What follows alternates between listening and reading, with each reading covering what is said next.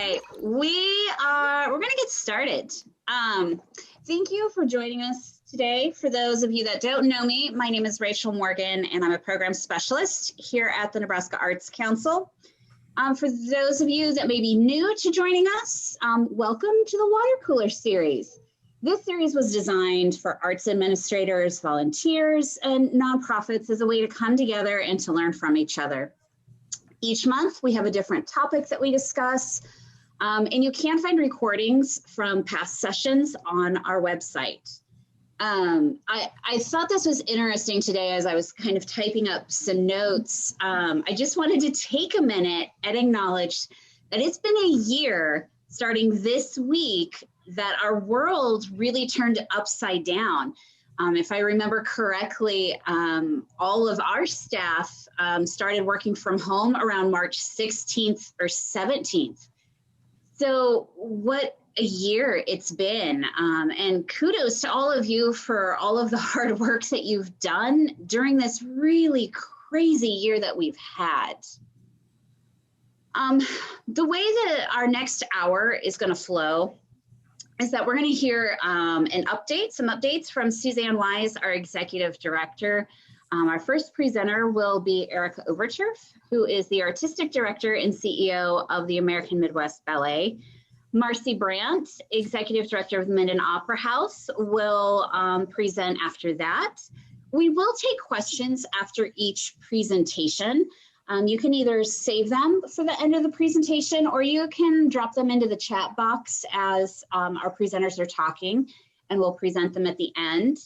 If for some reason we run out of time for question and answer, or we get a lot of questions, we'll follow up with you and put you in touch with our presenters afterwards.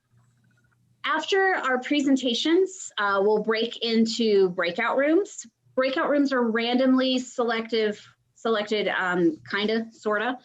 The Arts Council staff will be in a room together so that everyone else, you can feel free to talk about whatever it is that you would like to talk about at that point. So you don't have to feel like, oh my goodness, somebody might, listen and report back on me.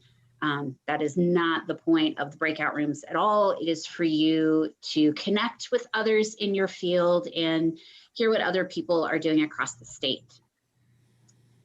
So with that, I am going to hand it over to Suzanne. Thanks, Rachel. Thank you, everyone, for being here today. And Marcy and Erica, thank you so much for being our presenters this time. Just a couple of things. Thanks to everyone that participated in Advocacy Day or has contacted your state senator. I'm going to do a shout out to Steve Barth, who has made 2 trips to Lincoln to do in-person hearing testimony. So it's that sort of thing that really works. And I'm going to tell you that there are 6 bills, 6, that have to do with arts and culture. And if we're successful in passing 5 of them, because those are the ones that have to do with money. One has to do with arts therapy. We're looking at millions of dollars for arts and culture in Nebraska, not hundreds of thousands, millions. Now, admittedly, a lot of this money will be very long term, but nevertheless, it's an extraordinary thing. And this sort of thing does not happen unless there is active citizen communication with legislators. So thanks to all of you that have been working with us on these things. And I'm going to give a shout out to Nebraskans for the Arts. It's your very best opportunity to make sure that's the case. So $25 is all it costs. If you're not a member, you need to be. So that's what's going on there. We're probably not going to know the results of a lot of this until towards the end of session, which will be in May, unless the speaker speeds it up. Poetry Out Loud happened just recently. And for those of you that don't know, it's a national recitation contest for high school students, sponsored by the National Endowment for the Arts and the Poetry Foundation. And a number of high schools participate, from the very largest to really tiny ones. And it's reflected in the three finalists that got winning slots. So the winner is Alexandria Zielinski from Scott High School. Coming in as the first runner-up is Madeline Smith from Marion. So again, two big high school, a medium-sized high school. And then the second runner-up was Jacob Wellnitz from Gordon Rushville. Now tell me that isn't a dinky little high school. So if you're interested in poetry out loud for any school that you're connected with, contact Ann Alston or Linda Hillier from our staff, and they can fill you in on more about it. Rachel, did project grants, did we open that up a couple days ago, or are we still waiting on that? Not yet. Hopefully the end of the month, we'll have project grants open. Okay. So project grants are going to be open at the end of the month, and we're still kind of in this wait and see mode until everybody's vaccinated. So it's still just virtual projects, but we've added an additional caveat to that. If your project is taking place out of doors and you've got the proper precautions, we're also looking to fund those as well. So any questions about that, as always, go to the staff. You come to me, I will no doubt give you the wrong answer. So you always want to make sure grant questions go to the various staff members. So with that, I will take up no more of your time, and thanks for joining us, and we'll hope to see you soon in person. Thanks, Suzanne. And as far as contacting us, just so everybody knows, a lot of us are still working from home, but you can always email us. Our office phones, actually, if you leave us a voicemail, it comes to us via email. So it's not working. No. The office, yeah. Have you been getting direct calls? Okay. You need to call people on their direct line. Don't use just the office line, because for some reason it's going directly to my voicemail, which would be okay, except I'm not getting any messages. There's something screwy in our system that we just discovered today. So we don't know how long it's been going on. So if all you need to do is go to our website, look up the staff member, and you'll have their phone number, their direct line at the office. But like Rachel said, a message goes to her email, or just email us and say, I need to talk to you. That's really the best way. So there you go. Okay. All right. But yeah, contact us. So yeah, email is probably best. Don't just drop by the office, because most of us won't be there. So with that, I am going to hand it over to Erica and Sarah. Great. Thank you so much. I'm Erica, the Artistic Director of American Midwest Ballet. Thank you so much to the Nebraska Arts Council, not only for having us talk a little bit today, but for your support throughout this past tough year and always. And it's really nice to see everybody else today and just get together and chat a little bit about what we've been doing. So I'm going to talk to you about a few of the projects that we've done, a few different virtual projects, as well as our Going Solo series, which has been our bigger ongoing effort to keep the dancers dancing and to be creating new content this year. So I'm going to ask Sarah to go ahead and start playing a short video for us. It doesn't have any sound. I'm just going to talk over it so I can kind of walk us through what we're seeing. So when the pandemic started, that was right at the culmination of our 10th anniversary season. And so we thought that this sort of forced pause, we had to cancel our upcoming shows, of course, but we thought, well, this is a great time to stop and reflect and look back over the last 10 years. And so we asked our dancers to share some of their favorite memories that they have from working with the company.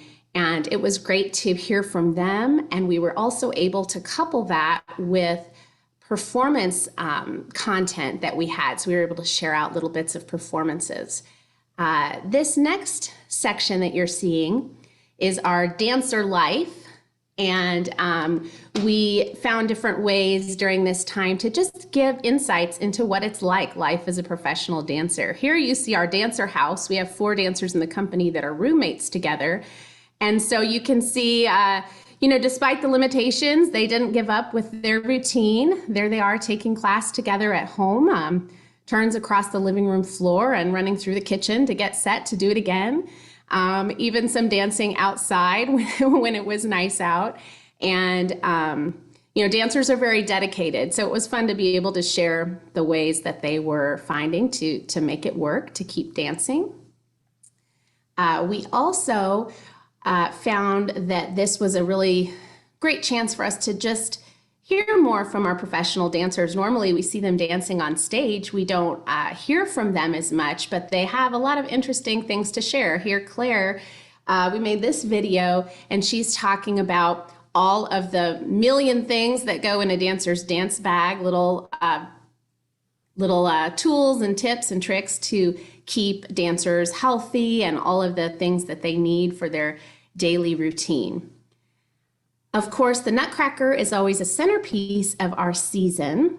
We made this fun little video as a way to help promote our Nutcracker offering this year. There you see a couple of our dancers and they show us how they transform from regular people into their characters. So we had 2 queens, the Snow Queen and the Rat Queen, and they had a little makeup marathon. So you can kind of see what goes on in getting ready for a show.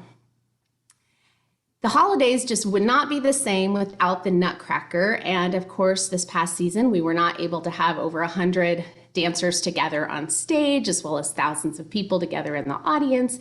But we did not want to miss out on sharing this experience with our community. So we made our Nutcracker Home Cinema Edition.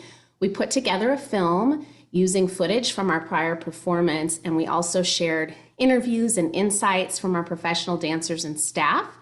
And we made this available for free to the community. We've been so fortunate to continue to receive support from our funders. And so it was important to us to then in turn give back to the community and share our offerings as widely as possible. And it was really neat. We had actually way more views than we even were hoping for. And we had a larger geographical reach for our school shows, which was really neat. We partnered with Omaha Performing Arts, and we had over 10,000 kids from our area across the state and in the region that were able to participate. So that was a lot of fun. Next, I'm going to talk a little bit about our Going Solo series. And the idea for this came back when the pandemic started. Of course, we were hopeful that we knew we had to cancel upcoming shows. Hopefully we can reschedule those for down the road. But what happens if we can't? And so I had the idea to do this Going Solo project because solos are such a great way for dancers to improve. You get to work on your artistry. You get to master new areas of your technique with the challenge of a solo, but also I think it really builds dancers' confidence. They have to kind of rise to the occasion. And a lot of times that confidence that they gain in working on a solo turns them into better dancers. And so, I knew that would be an asset for our company. And it would just give the dancers too something to work on so we could keep dancing and being creative. And I really wanted this to be something rewarding for them that gave them some inspiration this season. So I asked all of them, we have a lot of dancers. So I said to everybody kind of the parameters, we wanted to keep everyone safe. So we kept it to solos, except we have a married couple that did a pas de deux. But I asked them, what would inspire you to work on? What are your ideas? What interests you? And some of them were just thrilled to have the opportunity to choreograph. Many of them as teachers get to choreograph for students, but haven't had the chance to do it before in a professional capacity. So some dancers created solos for themselves. Other dancers really wanted to choreograph, but would prefer to choreograph on someone else. So we paired those people up, and they worked virtually with one dancer in the studio and then the choreographer either at home or in another studio. So we did a lot through Zoom. And that also allowed us the chance to work with some really amazing, a diverse group of guest choreographers from around the country. I started by reaching out to a couple of people that I knew that we'd worked with before. And then I realized, wow, this is really great. It gave us the chance to work with some new choreographers as well. And everybody I talked to was really excited to have the chance to like still be working on dance and creating something. And so we just turned this into a whole series. It's been an ongoing thing we've been working on throughout the season.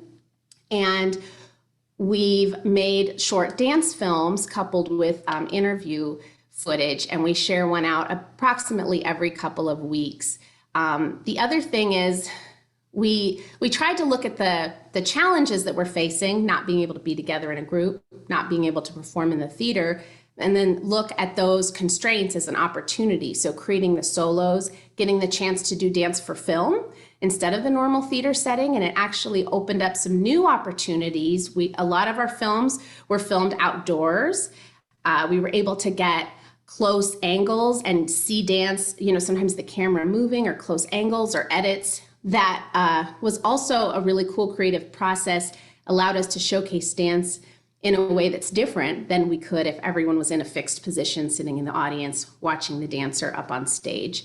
So, we had to work differently, but we made some really neat little dance films that we wouldn't have had that chance to do. Otherwise, we would have been too busy with our normal routine. So in addition to that, education and community engagement are really important parts of our mission. So of course, we've also created educational content, and we're working on workshops and things like that to go along with this series. So now I'm going to ask Sarah to just share. This is just a short little excerpts from some of the pieces, just to give you an idea of the content that we created and how we shared it out.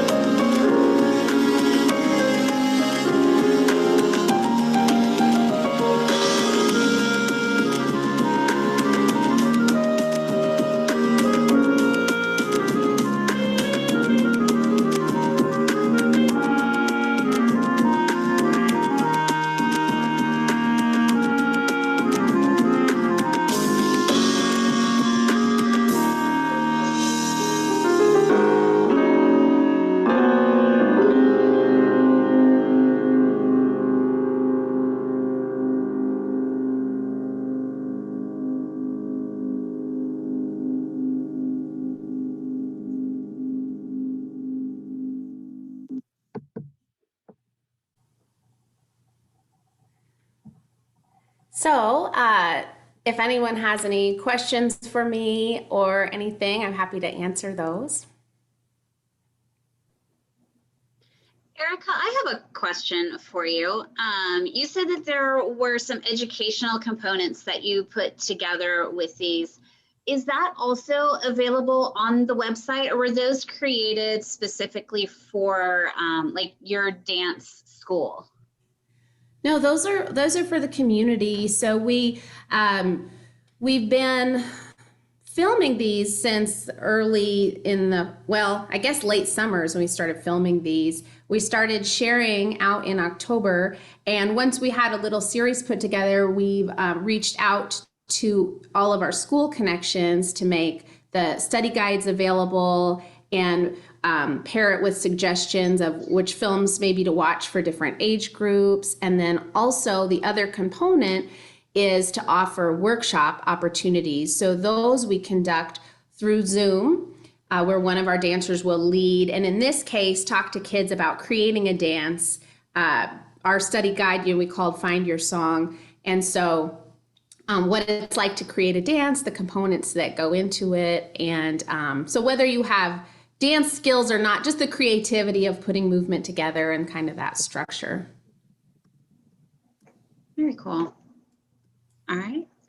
We're going to go ahead and go to our next presenter. If you guys think of questions, once again, feel free to drop them into the chat. We'll have time to come back to them. So if something sparks later on, feel free to drop it in there. Our next presenter is Marcy Brandt with the Minden Opera House. Hello. Yeah, you will not see me dancing, and that is your gift from me today. So,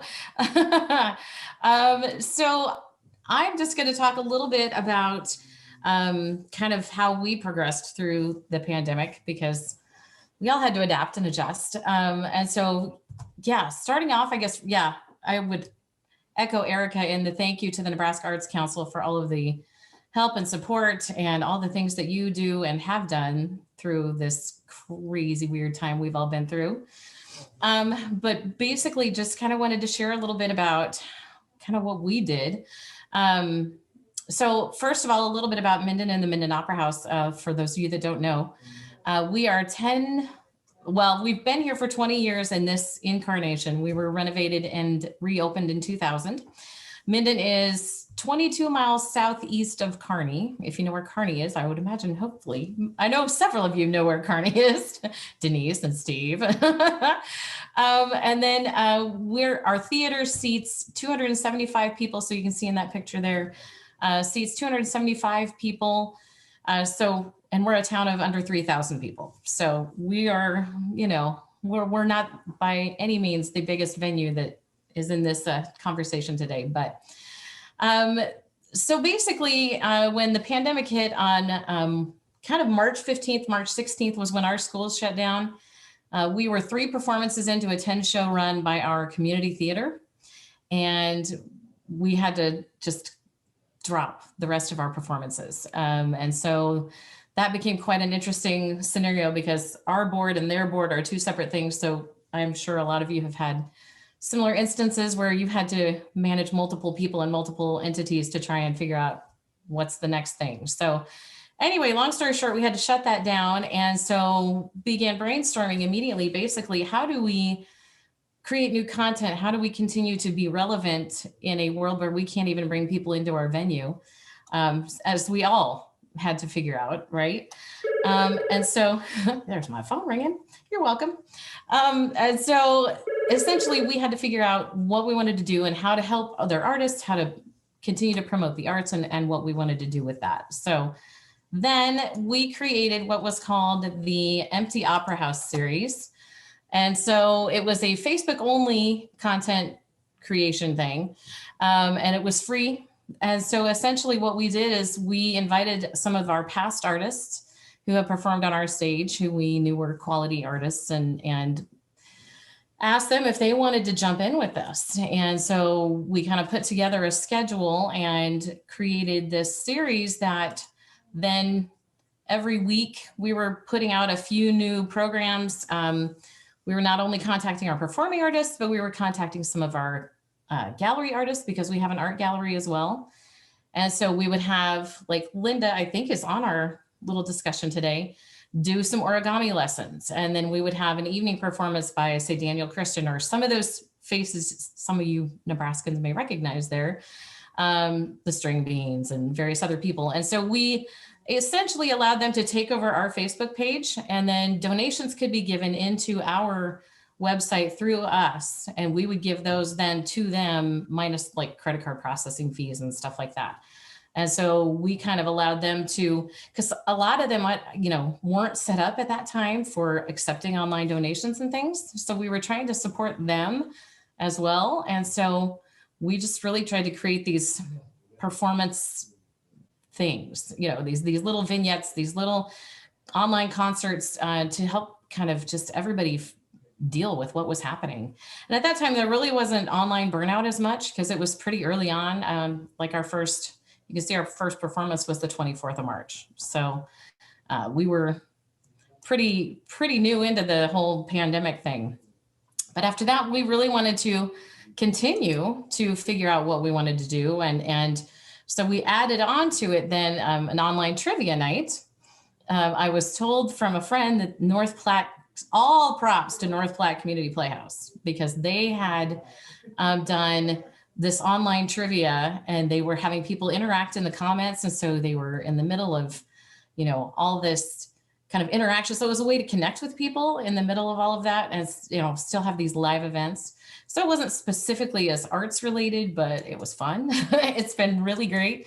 So we would do it monthly, or we did it weekly for a while, and then we've converted it to monthly. And now we're doing like a hybrid online and in person. So we're having small groups, 75 or less, that are coming in and doing it in person as well.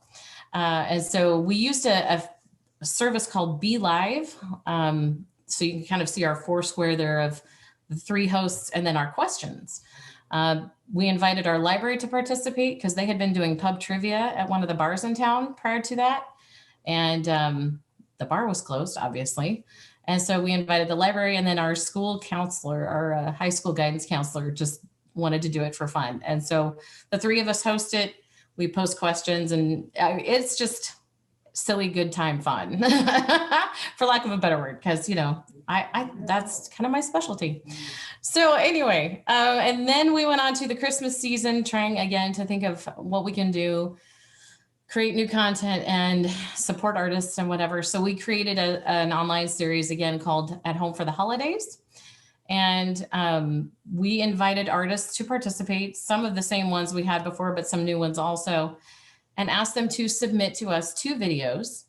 So the first video we would post online on our social media, and we would tag them in all of their websites and their donation portals and all the places that people could find them.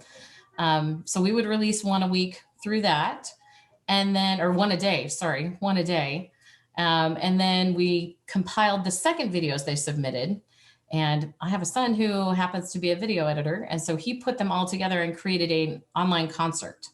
And so then we ran the entire, I think it ended up being about 45 minutes of the concert version. And we put that on our Facebook page and our social media to kind of wrap up the series. So we did I think we had about 14 artists who participated. And again, you'll see some Nebraska faces there that you recognize. And in the middle, comedian Tim Kavanaugh. So we had a little comedy. We had the String Beans do a kids piece. And so anyway, we tried to kind of run the gamut and do several different artists, several different genres. And just really had a lot of fun with it. And then we also invited a magician, Nebraska magician, Jeff Quinn, a lot of you may know. And he did an online magic show. And so we just put that out there and figured that was something different that maybe people hadn't seen as much of online. And he put together a really fun little piece. And so just tried to kind of run through several different things, tried several different options just to kind of keep our name in front of people too, and kind of try to stay relevant somehow. And then finally, the thing that I'm super excited about that we're just now starting, we're working on a community collaborative art piece with artist Linda Stephen. And this is, this kind of became a brainstorm that we had together. We were talking about, I wanted to create some sort of community art project. In fact, I think I was really kind of inspired by one of the water coolers we've had, but wanting to think of how to do that. And we have one of Linda's pieces hanging here on permanent display of the Minden Opera House in the downtown square. And so I just kind of went, huh. And so I talked to Linda, and long story short, what we have ended up coming to create together is that we are having people pick up kits. We did have a couple of small in-person workshops, but we created these to-go kits. And so people can pick up the instructions written out, kind of like what you see there, the paper they need, some additional practice paper, and then some fun little activities they can do. But they can either look at the step-by-step instructions, or they can go online and see a video that Linda has uploaded with how to create these pieces. And what's really cool is the piece there that looks kind of like a dog's head, that's snow. The piece at the top in the red is essentially going to be light bulbs. And so the piece we're going to create, we're having people of all ages come pick up these kits, and we're going into the schools, and we're going into the nursing home, and we're going to work with the library again. We're going to create a piece. I say we. I'm just collecting the stuff and handing it to Linda. And Linda's creating a piece that's going to end up being downtown Minden at Christmas time.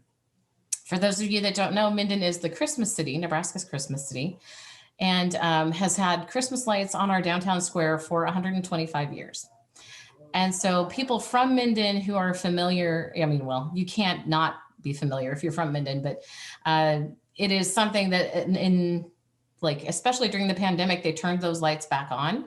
So it's been a really important thing for our community and for our history. And so to have out of this pandemic to create a piece that is something that has been really special and important to our community and to the people that live here, that, to have that scene represent Minden coming through this pandemic was just like, well, yeah, duh, that's a no-brainer. So those pieces that you can create, there's 3 different patterns that Linda has invented that are going to factor into this final design that she's going to put together. And so that'll be unveiled sometime, hopefully this fall, and whenever Linda decides to, can get it done, because I'm not putting any pressure on her, because heaven knows I'm not going to do it. But Linda has tons of experience with origami and teaching and instructing. And so we've kicked it off, and it's already just really cool to see the community kind of participating in that. And so hopefully we'll see more of that as we go. But I think, and that's kind of it at the moment. So yeah, I guess I'll take, I'm so, neat and tidy and polished. But anyway, yeah, if anybody has any questions, I'm a rambler. So otherwise I'll keep talking, but go right ahead and chime in. I love this idea of Minden, because Minden's the Christmas city, and so this project is going to be Minden at Christmas. It's kind of going back to what your cultural heritage is as Minden, and really honoring that. And I think that's such a neat thing, because for those of you who don't know, I used to live in Holdridge, which is right down the road from Minden, and everybody goes to Minden at Christmas time and goes and sees the lights. It's just what you do. You pack the kids up and you get hot chocolate and you go down to the square. And so that's really cool to see the community come together and really celebrate that. I'm trying to find a picture just because I didn't think to do that ahead of time to show what Minden downtown looks like at Christmas time. So anyway, if you have questions, go ahead and ask while I'm trying to figure this out, because I wasn't prepared. So yeah.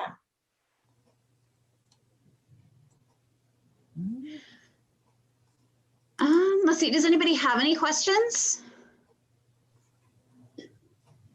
I just have a comment. Super job, Marcy. I mean, wow. So impressive what you've done to engage patrons and the community. So way to go. I'm just like, bravo.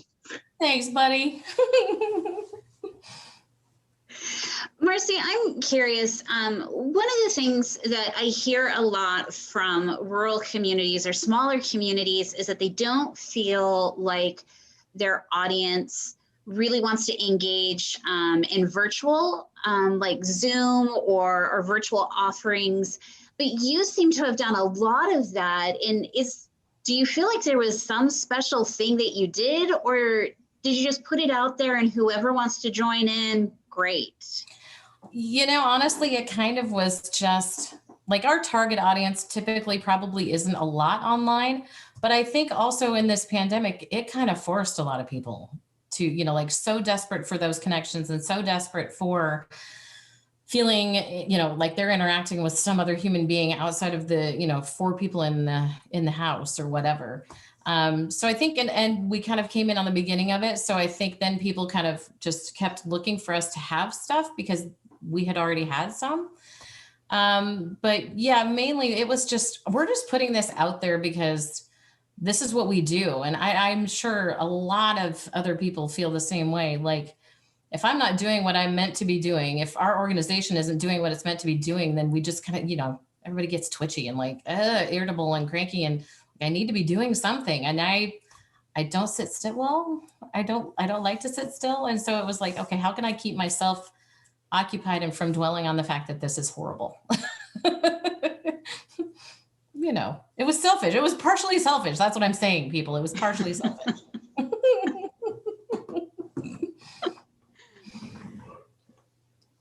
Any other questions for Marcy or for Erica?